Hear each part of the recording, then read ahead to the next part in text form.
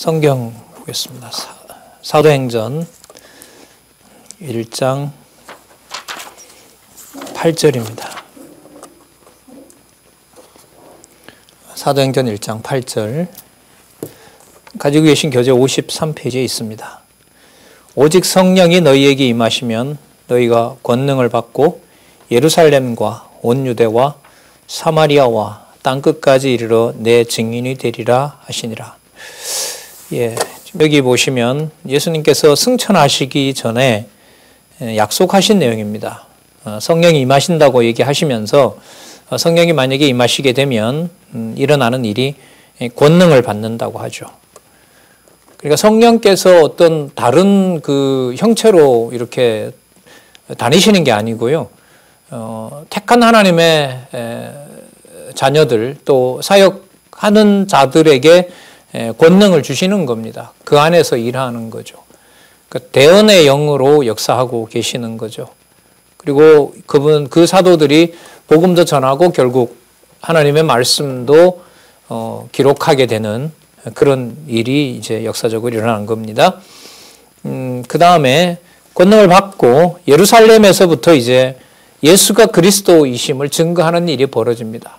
그게 여러분 교회사죠. 교회 역사, 2000년 교회 역사라고 얘기를 할 때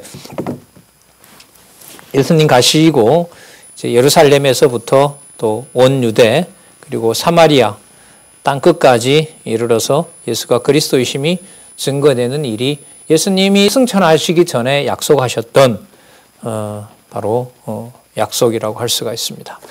자, 오늘은 여러분 444페이지에 보시면 제2편 성령에 의한 성취 부분 중에서 이 부분은 그 부분 보고 그 다음에 괄호가 없는 숫자를 중심으로 해서 요한계시록까지 지금 사도행 그 445페이지에 1번 성령의 교회 창립 이 넘버가 113번이니까요.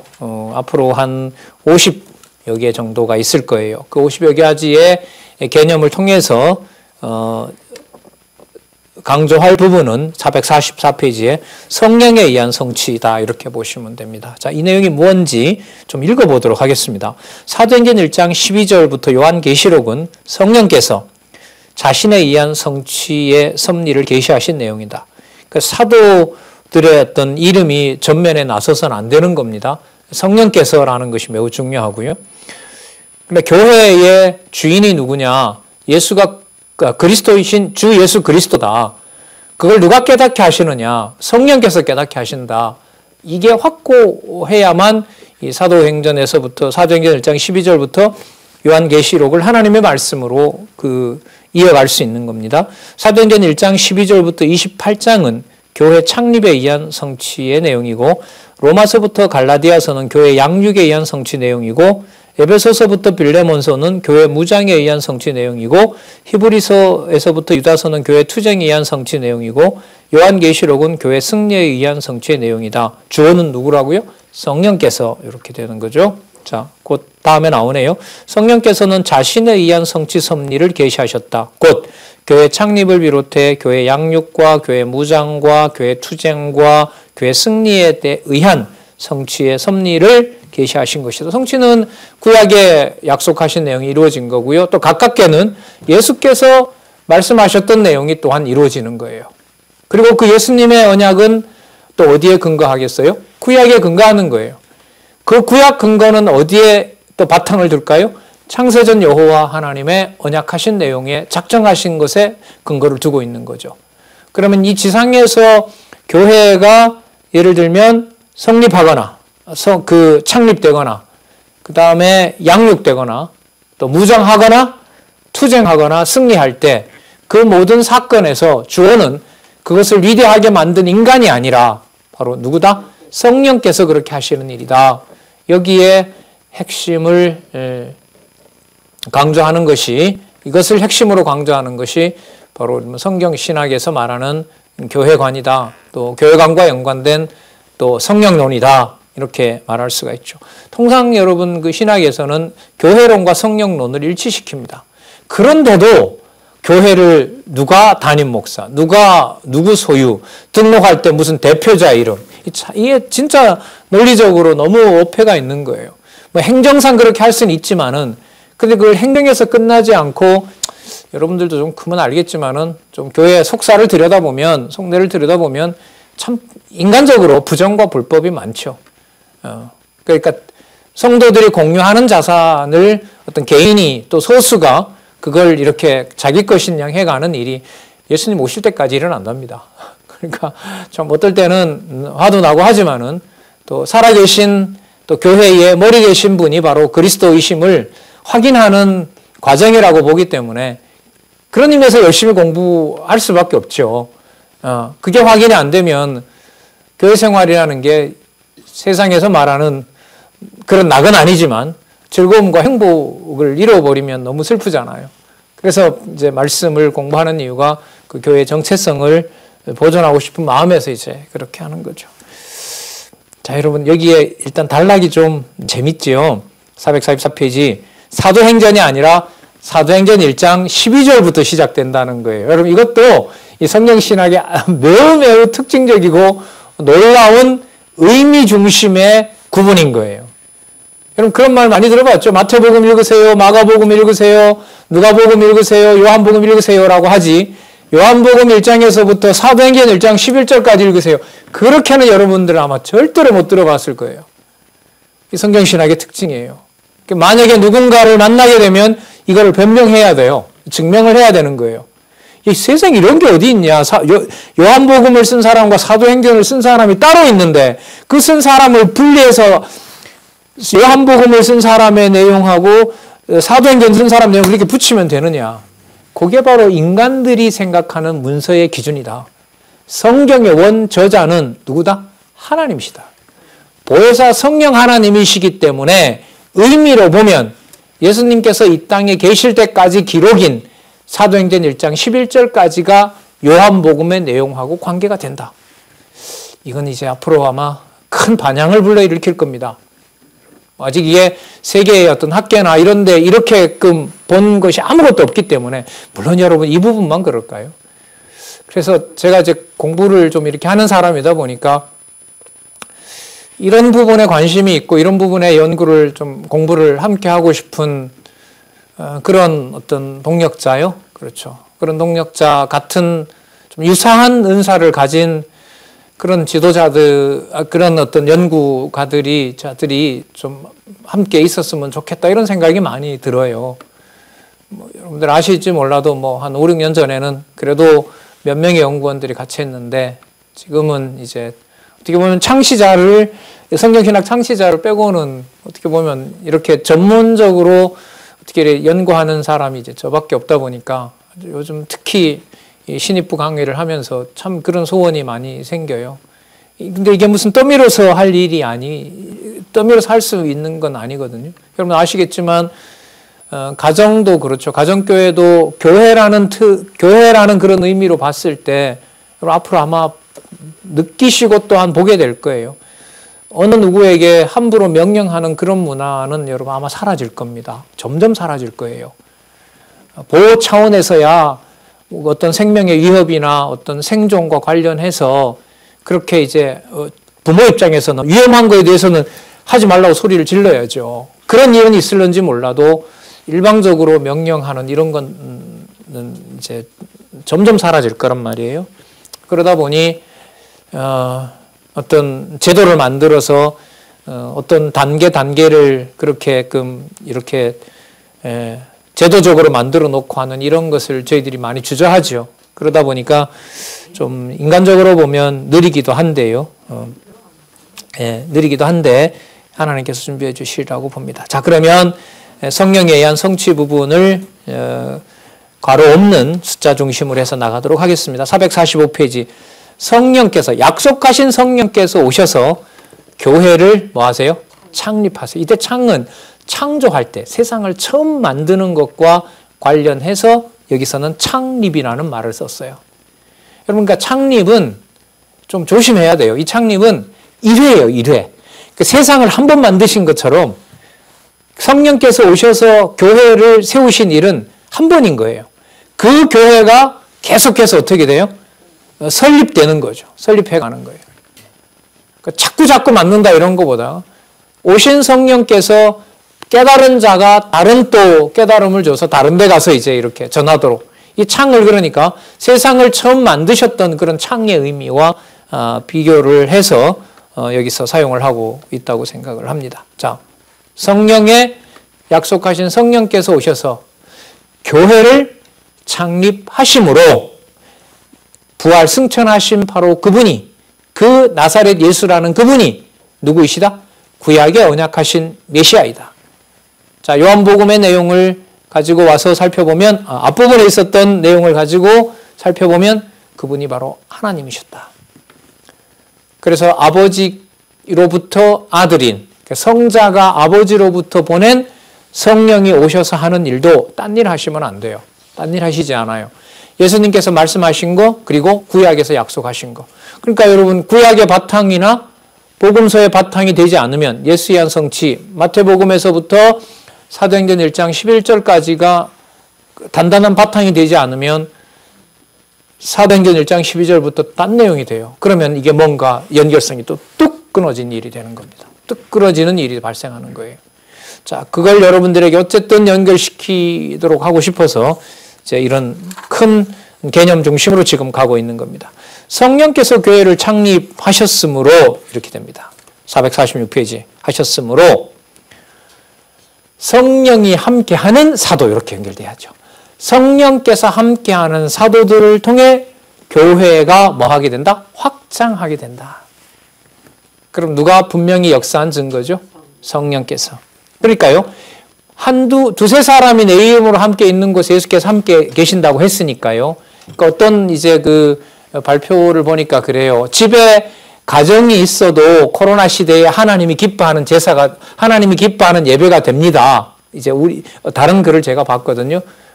그분이 이제 성경 근거로 들고 있는 그 내용이 바로 뭐냐면 그리스도께서 약속하신 내용이 두세 사람이 내 이름으로 함께하면 거기도 교회니까 교회에 나오지 않는 상황도 가정에 있는 그분들 얘기대로 그게 예배가 됩니다. 그게 비정상적인 것이 아닙니다. 그러니까 꼭 나오라고 하지는 마시고 그 상황에서 예배를 드리면 됩니다. 문제는 그 다음부터인 거죠. 그 예배가 거기서 교회 했던 대로 의식하고 같이 묵도합시다, 뭐 합시다, 찬송합니다. 이렇게 되는 게 우리가 볼 때 이제 문제인 거죠. 우리는 나오나 나오지 않으나 진리의 말씀의 바탕을 둔 교회의 머리 대신 그리스도를 증거하고 확인하는 것이 본질이잖아요. 근데 의식이나 어떤 여러 가지 어떤 제도나 이런 형식이나 그런 부분이 말씀보다 앞서가 버리니까 그게 이제 집에서 하는 그 몇몇이 하는 것은 좀 본때가 없어 보이고 웅장한 건물 이런 것은 그래도 좀 뭔가 의식 이게 큰 문제인 거죠. 큰 아쉬움인 거죠. 제가 다니던 학교가 그 순복음 재단으로 이렇게 주인이 바뀌었어요. 이사장이 바뀌었는데 이제 학교를 가지 않다가 이제 논문 관련된 학교를 갔는데 제가 엘리베이터 타고 너무너무 기분이 상했어요. 뭐냐면 엘리베이터에다가 이 성전에 들어오는 분은 손을 씻으시기 바랍니다. 그 사람들은 이제 그 교단은 우리나라에서 제일 큰 교단이잖아요. 그 교단이 이제 인수를 했는데 그 교회를 다 성전이라고 불러요. 신학적으로 얼마나 이게 큰 혼란이 생기겠습니까? 진짜 안타깝고, 다행이다. 이쯤에 졸업을 하게 된 게. 아니면 그 학교를 만약에 다니면 그걸 계속 봐야 되잖아요. 이걸 뗄 수도 없고, 딱 CC 카메라가 있어서 또 훼손했다고 또 벌금 물면 또 안 되잖아요. 진짜 너무 막 속이 상하더라고요. 그건 여러분 신학자들과 지도자들의 인간적으로 말하면 잘못인 거죠. 그 개념을 어떻게 그렇게 쓸 수가 있어요. 그죠? 446페이지 사도의 교회 확장. 성령께서 함께 하시는 사도들이 교회를 확장하는 일이 벌어집니다. 예루살렘에서뿐만 아니라 아까 어디라 그랬죠? 온 유대와 사마리아 땅끝까지라고 했잖아요. 그러므로 449페이지 성령께서 이방 지역에도 교회가 이제 설립되도록 하시는 겁니다.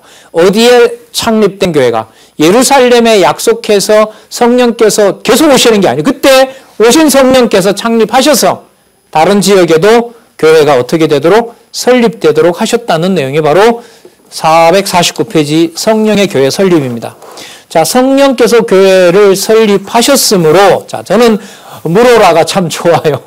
이게 확인이 안 되면 공부해 나가는 재미가 없어집니다. 무로 설립한 교회가 또한 서로서로 여러분 순방하도록 해요. 여러분 혹시 코이노니아라는 개념을 들어보셨나 모르겠어요. 이게 뭐냐면 기독교에서 이루어지는 교제를 서로 소통하고 서로 만나고 같이 식사하고 같이 찬양하고 하는 이런 걸 뭐라 부르냐면 코이노니아라 그래요. 당시는 여러분 예루살렘 교회가 이게 매우 중요했던 게 기근이 왔기 때문에 예루살렘에도 굉장한 어려움이 생깁니다. 그래서 성도들이 올 때 먹고 마시는 것, 특히 먹는 음식을 나누어 주는 것은 너무너무 중요한 거예요. 이 지상에 있느냐 없느냐 문제가 먹을 수 있느냐 없느냐 이 문제로 갈 정도로 심각한 기근이 생기거든요.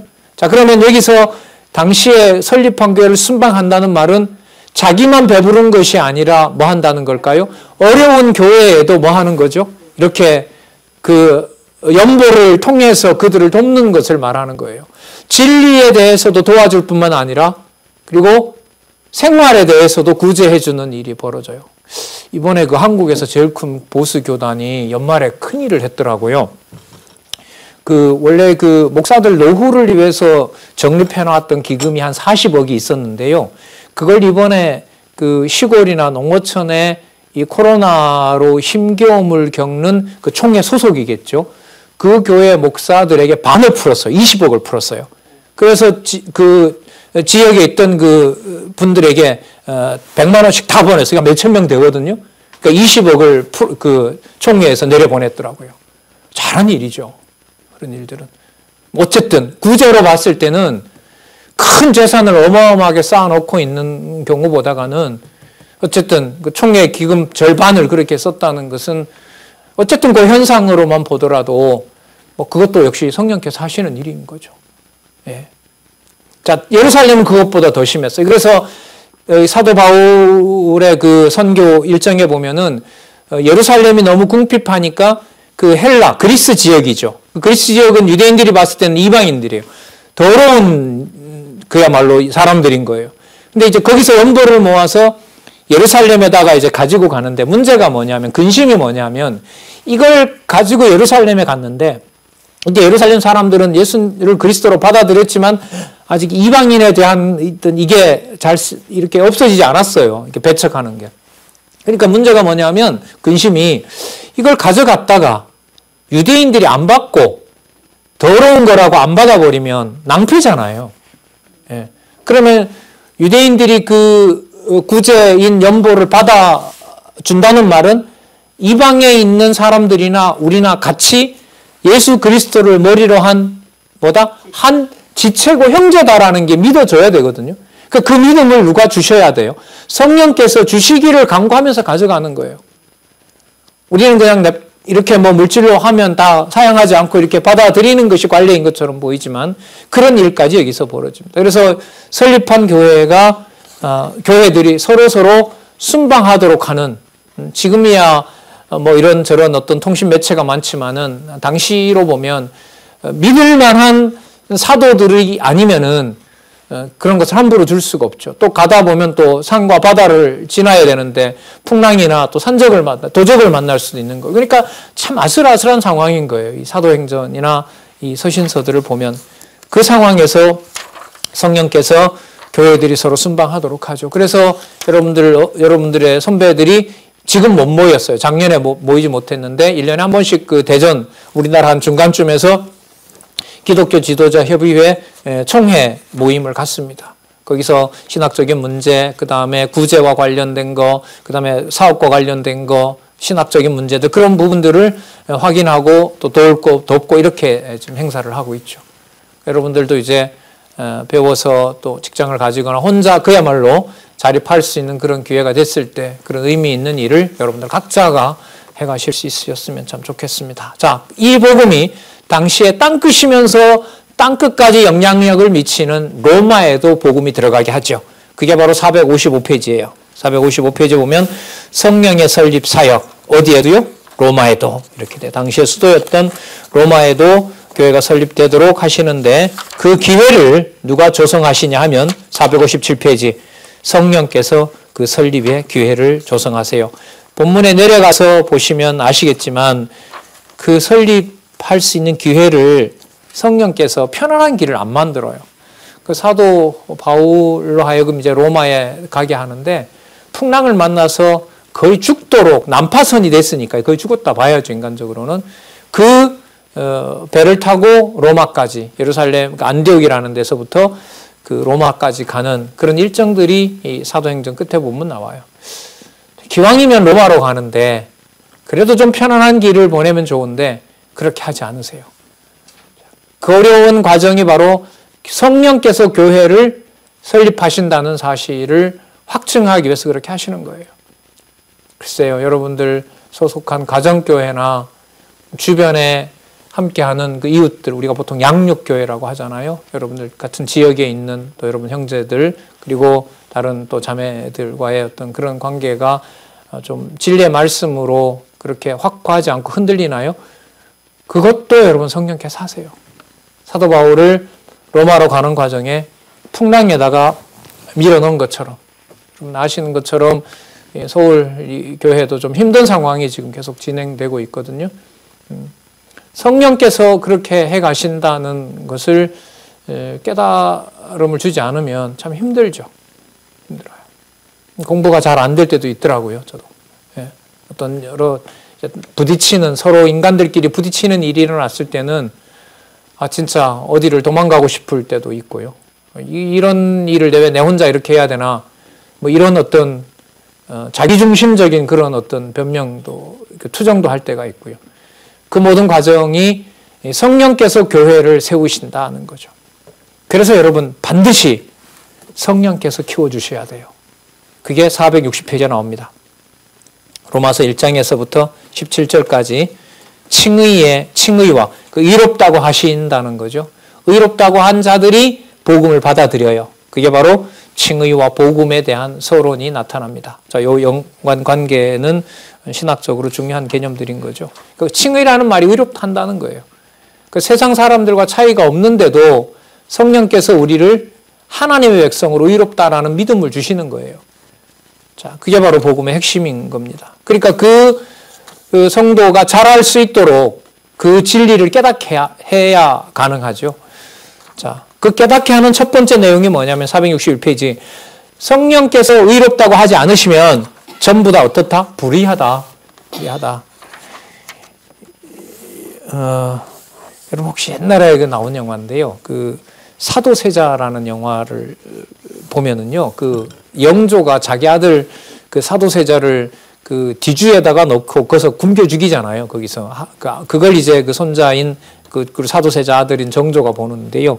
거기에 보면 물론 그건 영화입니다. 영화에 보면 이 아버지 영조가 얼마나 그 사도세자를 싫어하는지 이런 저주를 퍼부어요. 너는 이 땅에 태어난 존재 자체가 악이다 그래요. 아주 진짜 무서운 저주를 퍼부어대거든요. 예. 그러니까 뭐냐면 육의 몸을 입고 이 땅에 사는 것 자체가 이 나라를 하나님께서 이 세상을 아담 이후에 사단에게 맡겨버렸어요. 여러분 그것도 참 어려운 주제입니다. 그런 하나님의 약속을 전해지도록 하시는데 저렇게까지 일부는 좀 남겨놓고 보존될 여지를 주시고 그 다음에 좀 보호를 하시면 좋은데 아예 그냥 모든 통치권을 사단에게 맡기는 그런 섭리를 왜 하시는 걸까? 그래서 이 세상에 이해할 수 없는 수많은 악한 어떤 처참한 역사를 뭐 여러분 제가 태어났을 때부터 지금까지도 한 50여 년 살았지만 기억에서 정보를 습득할 때부터 본 것만 하더라도 감당하기 어려운 정보들이 많거든요. 그야말로 비극과 슬픔과 어떤 참담한 그런 역사 내용들이 참 많단 말이에요. 참 인간적으로는 정리하기가 힘들어요. 그래서 제가 한때는 우리 중고등부 후배들한테 역사책 읽으라고 권하다가 요즘은 니 그 말 책임질 수 있어?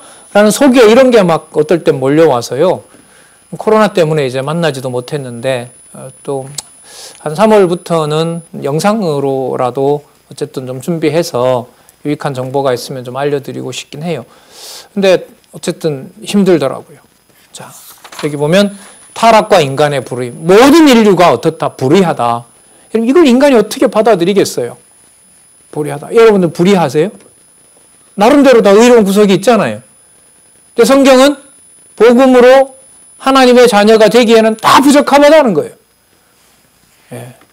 여기에서 엄청난 신학적인 이 편가름이 시작됩니다. 이걸 수용할 수 없는 자들은 이거는 사도 바울이 만들어낸 교리다. 다른 부류는 사도 바울의 그 말씀은 하나님께서 기록하도록 한 진리의 말씀이다. 거기서 쫙 양분돼요. 한쪽은 인본주의 그야말로 신학이라고 하니까 인본주의 신학을 전개하는 자가 되고요. 한쪽은 신본주의를 그냥 또 증명하는 것이 아니라 맹신하는 사람들이 있는 거예요. 성경에 불의하다고 했다. 이렇게. 다 두 가지 다 바른 방법은 아니에요. 주어가 성령께서라는 것을 놓침으로 해서 여기서 이제 서로의 편가름이 시작이 되는 겁니다. 자, 성령께서 깨닫게 하지 않으면 그런 일들이 이제 벌어지는 거죠. 그냥 성경에 무지해서 생기는 일들이 여러분 앞으로 이제 많이 경험하게 될 텐데요. 참 많습니다. 우리나라 이단 사태라든지 이번에 또 여러분 뭐 직당 감염이 일어난 그런 어떤 기독교 학교들 보면은요, 나름대로 다 신학적인 어떤 이유가 있어요.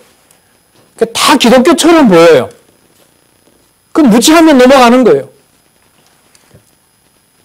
그러면서 이제 저는 그럼 네가 배웠고 너가 보고 있는 그 내용들은 성경적이냐? 그런 질문이 생기잖아요. 그러면 더 성경으로 이제 고민할 수밖에 없고 성경의 그 내용을 확인할 수밖에 없고 다른 사람들이 얘기하는 것과 비교하게 되고 그러면서 이제 성경에서 말하는 것은 이런 거구나. 또 여러분들 잘 아시는 이런 좋은 안내서가 있고요. 좀 자꾸 길어지는데요. 자, 461페이지. 인간이 불의함으로 하나님께서 의의를 드러내 주셔야 돼요. 이게 바로 하나님 의의 현현이에요. 그러니까 인간은 불의하고 그 불의한 의의를 하나님께서 무엇을 드러내 주셔야 된다? 의의를 드러내 주셔야 된다. 그런 하나님의 의의가 드러나게 되면 468페이지. 육의 몸을 가지고 이 세상에 살아가지만 그것은 468페이지 신령한 영적인 예배 생활이 되는 거예요. 영적인 예배 생활이 돼요. 여기에 여러분들이 함께 하건 안 하건 상관없이. 그럼 뭐가 바탕이 되어야 돼요? 하나님의 의의가 무엇인지를 깨달아야 돼요. 깨닫게 하시는 거죠. 성령께서 깨닫게 하시고 여러분들이 가정에 있으나 혹은 직장에 있으나 학교에 가거나 학교에서 따돌리거나 학교에서 어떤 잘못을 해서 선생님들의 책망을 받거나 원하는 것이 다 이루어지지 않아서 시험에 실패했거나 일체 모든 것들의 그 양상들이 전부 다 불의한 것이 없다는 거죠. 누가 함께 했을 때 머리 대신 분이 바로 그리스도로 여러분들에게 지혜와 총명을 주시는 통치자로 계실 때 또 그분이 함께 하실 때 그것은 바로 어느 곳이나 그게 전부 뭐가 돼요? 신령한 예배가 가능한 곳이 되는 거예요. 그래서 여러분 신령한 예배 생활이라고 할 때 생활을 그냥 교회 나오는 것 말고 집에 있는 것하고 분리되는 생활 이렇게 분리하시면 안 돼요. 절대로 안 돼요. 여기서도 하나님을 배우는 거고요. 또 여기서 나오는 이유는 집중적으로 이제 안내하는 선생님이 계시니까. 근데 이것도 이제 우리 내에서는 다 어떻게 보면 공간을 초월해 버렸어요. 어떤 분이 지방에서 연락이 와서 주일날 그 학생들 공부할 때 우리 지방에 있는 이 학생도 참여하면 안 된다. 왜 안 되겠냐고. 얼마든지 되죠. 근데 선생님의 수고로 보면 나간 진도가 있기 때문에 그 학생을 위해서 또 반 하나를 또 만들어야 된단 말이죠. 그런 이제 고민들도 하신단 말이에요. 그래서 어떻게 보면 진짜 말씀운동, 우리 기독교 지도자 협의회에서 성경을 공부할 수 있는 채널은 이제 충분한 부분이 참 많다. 그리고 안내해 줄 분도 많다. 이보다 더 좋은 여건이 어디 있겠습니까? 네. 자, 그래서 지금 대면이다, 비대면이다, 꼭 나와야 된다, 나오지 않을 수도 있다. 꼭 나와야 한다고 했는데 어느 날 목사님 입에서 다음 주부터 나오시면 안 됩니다. 얼마나 힘들겠어요, 헷갈리고. 그럼 수십 년 동안 나오라고 했던 건 뭐가 되냐 말이죠. 그럼 속은 건가요? 참 답답할 것 같아요. 그러니까 무슨 내용이 성경적으로 정립이 안 되니까 예배란 무엇인가라고 하는 이 또 어느 곳에 있든지 영적인 삶이 가능하다라고 하는 것이 정립이 안 되니까 그래서 이 부분 참 중요한 주제지요. 신령한 예배 생활.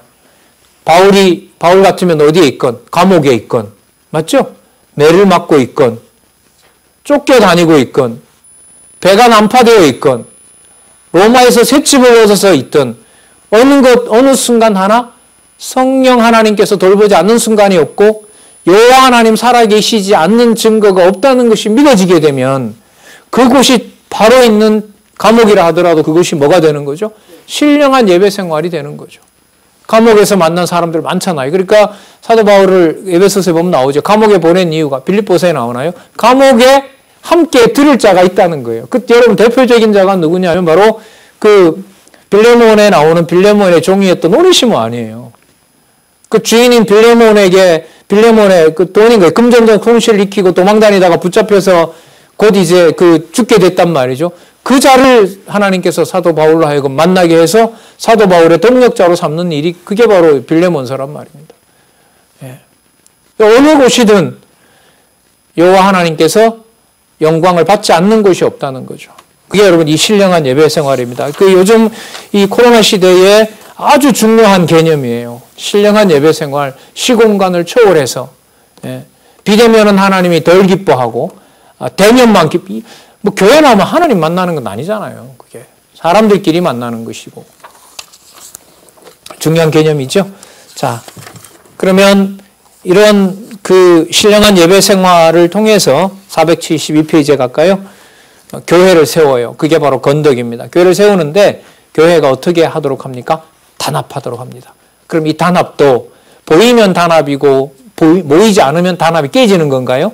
아니죠. 그건 우리 생각이에요. 아니죠. 이것도 그러니까 지금 이 코로나 유행병 사태에서도 얼마든지 우리에게 좋은 안내를 해주는 개념이라고 봐요. 475페이지에 보면 건덕은 여러분 교회를 세운다 이 말입니다. 건덕과 교회의 일치. 그러니까 교회를 아까 단합시키고 또 뭐 하게 하세요? 일치하게 해요. 어떻게 일치하게 해요? 서로의 어떤 살과 피가 그게 아니에요. 일대일치는 말씀으로 맞아요. 진리의 말씀으로 알고 믿는 것이 하나가 되도록 그렇게 하신다는 내용이 나타나고요. 뿐만 아니라 이랬었죠. 480페이지로 가서 그뿐만 아니라 건덕과 교회가 세워짐으로써 교회가 화해하도록 해요. 예. 그러니까 사람으로는 화해할 수 없는 것이나 성령께서 진리의 말씀으로 화해하게 해요. 그래서 지금 이 배경을 보면은요. 고린도 교회 성도들하고 사도 바울이 1년 8개월 동안 같이 있었거든요. 사도 바울이 거기서 강론을 한단 말이에요. 근데 가고 난 다음에 사도 바울이 돈 욕심이 있었다 이런 어떤 악소문부터 시작해서 사도 바울과 고린도 교회가 갈라져요. 그런데 지금 이 건덕과 교회 화해의 내용에 보면 사도 바울로 기록한 내용의 핵심은 뭐냐면 그걸 성령께서 그렇게 하셨고 사도 바울에게 의존하지 않고 하나님께 의존하도록 하나님과 화해가 되도록 사람의 관계를 끊어놨다 이렇게 봅니다. 그럼 여러분 아주 놀라운 거죠. 비대면 시대를 만들어 놔서 서로 못 나오게 하도록 하나님이 갈라놓은 것이 누구만 보도록 하는 성령의 역사인 거죠. 여호와 하나님의 말씀만 보도록 여호와 하나님께만 향하도록 하는 하나님의 섭리면 분명한 거예요. 우리가 여러분 누가 감옥에 있는 게 아니잖아요. 기껏해서 만나지 못하는 정도인데 사도 바울은 오해까지 받고 매까지 맞고 멀어졌고 도저히 갈 수 없는 상황에 놓은 거예요. 곧 있으면 또 감옥에 가야 되고 감옥에까지 갔고 감옥에서 또 마음이 갈라져 있고 그게 바로 하나님과 화해하시려는 하나님의 섭리였다. 그걸 이 고린도서 1장에서부터 7장에 보면 얘기를 해줍니다. 뿐만 아니라 만나나 만나지 않으나 뭐가 일어납니까? 482페이지. 교회가 서로 뭐 하도록 합니까? 협력하도록 해요. 합력이라는 말로 더 많이 쓰지요. 자, 교회가 바로 서로 협력하도록. 그러니까 어느 교회에 종속되는 것이 아니라 성도들이 사도 바울에게 종속되는 것이 아니라 한 가지를 위하여 같이 협력하도록 하는 일이 벌어집니다. 그게 바로 여러분 구체적으로 연보로 드러나죠. 연보 생활로 드러납니다. 그러면 그 연보를 통해서 서로가 서로의 짐을 져주는 일들이 인간의 공로로 된 것일까요? 아니죠. 아니에요. 486페이지에 보시면 자, 복음이 뭘 만들어내요? 은혜를 만들어내요. 그래서 복음과 은혜의 변증이 나오죠. 그러니까 예수를 그리스도로 믿는 이 복음은 어느 인간에게 종속되거나 인간의 어떤 공로를 드러내는 것이 아니라 바로 그게 은혜가 되도록 해요. 그러니까 은혜라는 것을 변증하게 해요. 이게 참 무슨 말이냐면 참 훌륭하십니다 이러면 아니에요. 다 하나님께서 하게 하신 거예요. 말로만 그렇게 끝나는 것이 아니라 실제로 그게 은혜가 되도록 해요. 그럼 이게 무슨 말이냐면 사람과 사람 사이의 관계를 하나님께서 뭐 한다는 게 벌려놓는다는 거예요. 근데 그게 뭐가 되는 거죠? 은혜가 은혜 되도록 하는 하나님의 방법인 거예요. 섭리 방법인 거예요. 여러분 이거 참 여러분들 살면서 이제 뭐 뼈저리게 느낄 텐데 참 섭섭한 경우가 많잖아요. 너가 나에게 어떻게 이런 말 너무 많이 하잖아요. 그 정도 말이 나오면 상처 입을 만큼 많이 입은 거죠. 특히 그것도 교회에서 그런 말이 나왔을 때는 참 힘들어요. 저는 하기도 하고 그걸 뭐 이렇게 좀 이렇게 피해는 아니죠. 그런 경우를 이렇게 맞이하기도 하고 저도 그렇게 실수하는 말들도 많이 하고 참 괴롭죠. 예, 괴롭습니다. 예. 그걸 성령께서 하나님께서 은혜가 은혜되도록 하시는 것으로. 그래서 결과는 뭐냐 하면 하나님의 백성으로 살아갈 수 있도록 하는 것이 하나님의 의대로 되는 것이지 인간에게 의존하거나 인간이 어떤 지도자를 잘 세워서 되거나 그게 아니라는 거예요. 488페이지에 볼까요? 은혜와 생활의 권계 내용이 바로 그겁니다. 이 내용 중에 가장 중요한 것은 뭐냐면 바로 성령의 열매라는 말이 나옵니다. 사랑과 희락과 화평과 충성과 온유와 자비와 절제 이런 개념들이 이제 진짜 이렇게 압축되어 있는데요. 그 뭐 보통 9가지 성령의 열매라고 하는데 제가 볼 때는 9가지가 아니고 그게 다 연결이 되어 있어요. 하나님의 사랑으로 기쁨이 넘쳐나고요. 그 다음에 그 기쁨으로 서로에게 기쁨을 끼치게 되고요. 그 다음에 온순해지게 되고요. 그 다음에 하나님만 보고 충성하게 되고요. 그런 내용들이 이제 이 생활의 권계로, 권계라는 말은 뭐냐면 권면하는 그 교훈의 말씀이 된다는 거죠. 그 사도 바울이 그렇게 하는 것이 아니라 성령께서 그렇게 하신다는 겁니다. 자, 그 다음에 490페이지에 가면 신약교회의 설립이 나와요. 여기서 신약교회라는 말은 여러분 반대말이 뭘까요? 구약교회겠죠. 굳이 만들어낸다면 이해를 좀 돕기 위해서 여기서 말하는 신약교회는 뭐냐면 자 이렇게 설명을 할게요. 굳이 예루살렘에 안 가도 돼요. 구약의 백성들은 반드시 어디 가야 돼요? 예루살렘에 가야 돼요. 간다고 해서 제사를 다 할 수 있나요?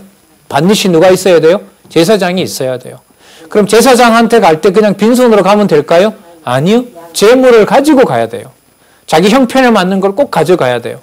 그러니까 그곳에 가거나 가야만 되고 간다 하더라도 제사장이 있어야 되고 그 다음에 제사장에게 가더라도 맞는 제물이 있어야 되고 그래야 하나님께서 받아주시는 그 제사가 되는 거예요. 그런데 이게 뭐 하다는 거예요? 신약교회는 없어져 버린 거예요.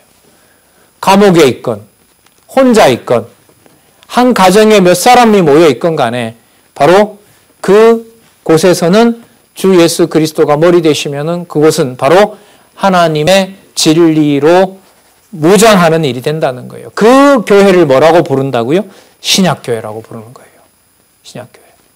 그럼 신약교회는 아까 말씀드렸던 대로 예루살렘과 온 유대와 사마리아와 땅끝까지 시간과 공간을 초월해서 2000년 전이나 지금이나 여기 있으나 우리 반대편에 있으나 우리 그 지구본을 이렇게 놓고 한국에서 이렇게 구멍을 뚫으면 그 반대편이 아르헨티나잖아요. 아르헨티나 앞바다가 나오는가 그렇거든요. 거기 있는 성도님들, 우리 선교사님이 여기 와 계시는 바람에 가끔씩 이렇게 전화를 해서 알려주세요. 이렇게 어느 날 그 원로의 강의나 그 방위 강사님 강의를 들어보면 뭔가 교회에 힘든 일이 있는 모양인데 빨리 어쨌든 하나님 회복해 주시면 좋겠다고 그렇게들 바라기도 하고요. 뭔지는 잘 몰라도요. 여기 있는 여기 오신 그 전도사님이신데 전도사님한테 물어보기도 하고 뭐 어떻게 잘 이렇게 인간적으로 잘 이렇게 해결되고 있느냐 이런 것도 물어보기도 하고 그럽니다. 근데 정작 그분들은 저희들이 경우 보다가 사실 더 힘들죠. 이 말씀 들으면서 이단이라고 오해받고 낙인 찍히고 모이려고 하면 또 여러 방해 공작들이 있고 또 그 땅덩어리가 넓잖아요. 뭐 1000km인가 그렇게 온다고 해요. 그렇게 와서 이제 1000km면 여러분 부산 왕복보다 멀어요. 그걸 지내시다가 주일 와서 그 성도들하고 그렇게 공부하시고자 뭐 여기서 하고 그래서 그 전사님 말씀을 이렇게 들으면서 아이고 좀 인간적으로 결심을 하게 되면 일체투정을 그냥 다 목구멍으로 다 삼키고 싶다 이런 생각이 참 많이 들더라고요. 예.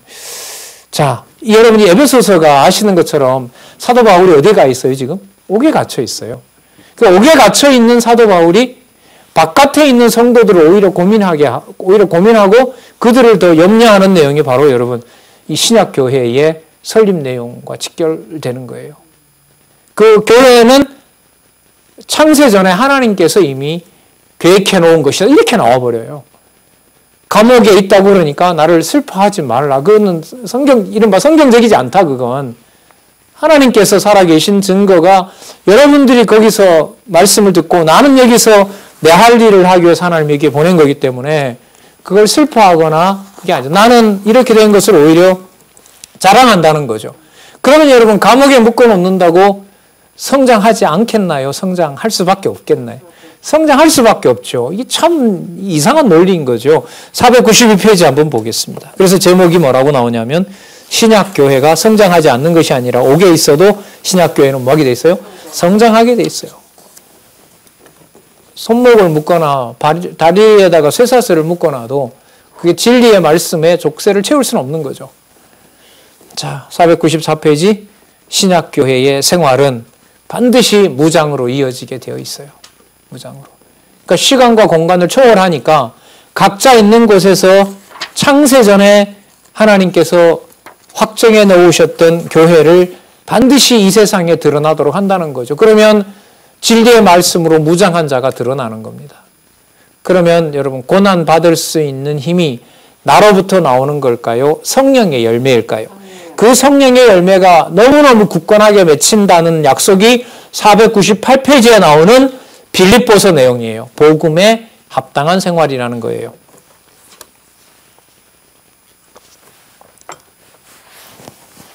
여러분 복음에 합당하다는 것은요.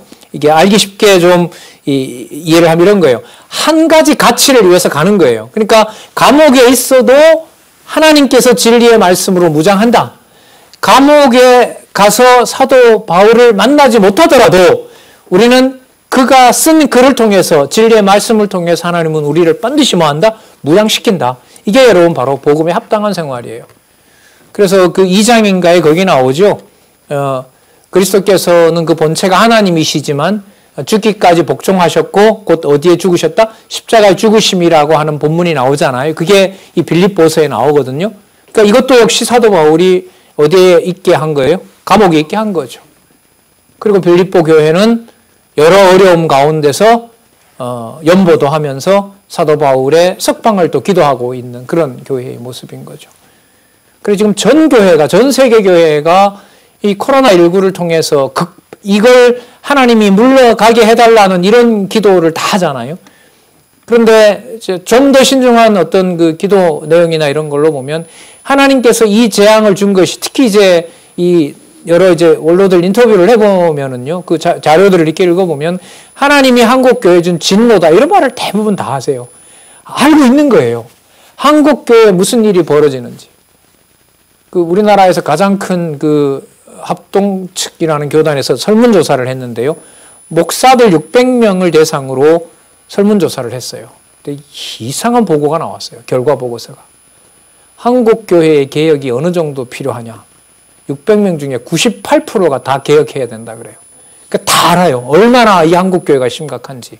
두 번째, 제일 먼저 누가 개혁의 대상이냐. 그걸 이제 목사님들, 목회자들에게 물은 거예요. 목사들에게. 대답의 85%가 목사가 문제다.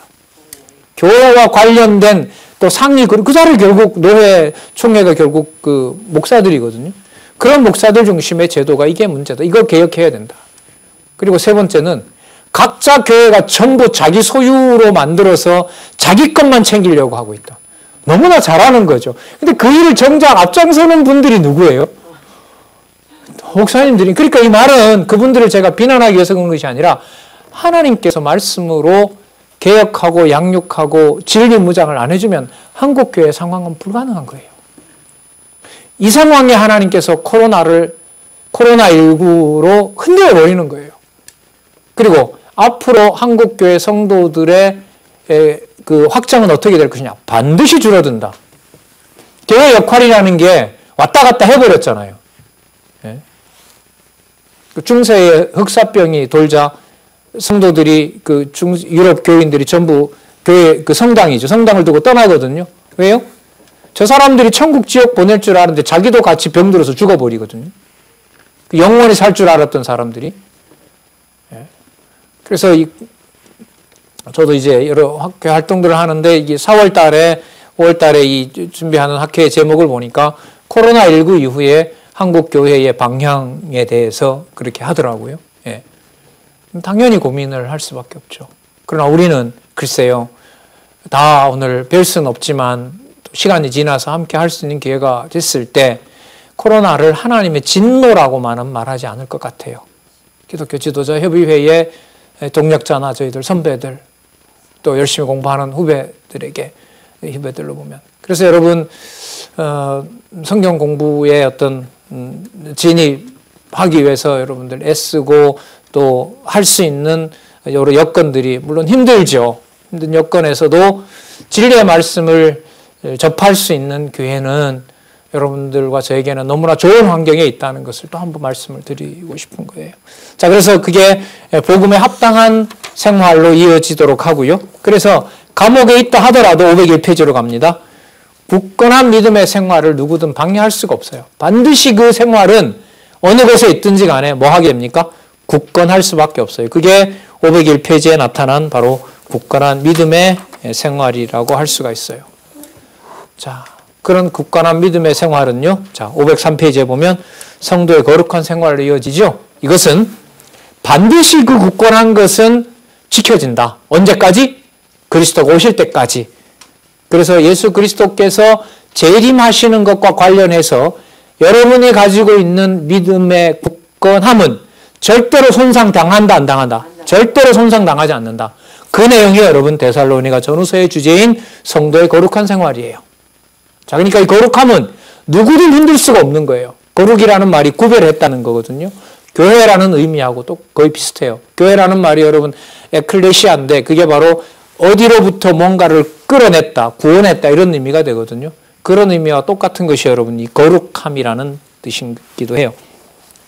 자, 중간에 여러 얘기들을 좀 넣는다고 죄송합니다. 제가 요한계시록까지 오늘 가려고 했는데 어쨌든 여기서 끝날 수는 없는 거니까요. 503페이지부터 해가면서 요한계시록까지 가고요.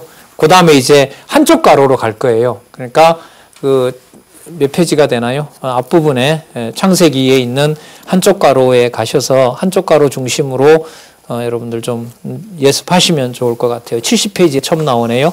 언약 수립의 준비부터 한쪽 가로 중심으로 또 살펴가도록 그렇게 하겠습니다. 자, 다음 시간에 503페이지부터 하겠습니다. 기도하겠습니다. 하나님 아버지 감사합니다.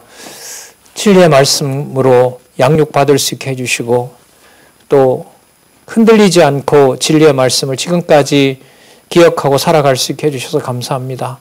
감히 무장이라고 말하고 싶지는 않습니다. 그러나 하나님 너무 잘 지켜주셨고 때로는 비진리 앞에서 용감하고 당당하게 서 있을 수 있도록 허락해 주셨습니다. 하나님 아버지 함께하는 주의 지체들, 자녀들, 동역자들 볼 수는 없지만 있는 곳에서 너무 큰 어려움에 처하지 않도록 진리의 말씀으로 보호하여 주시옵소서. 예수님의 이름으로 기도드렸습니다. 아멘.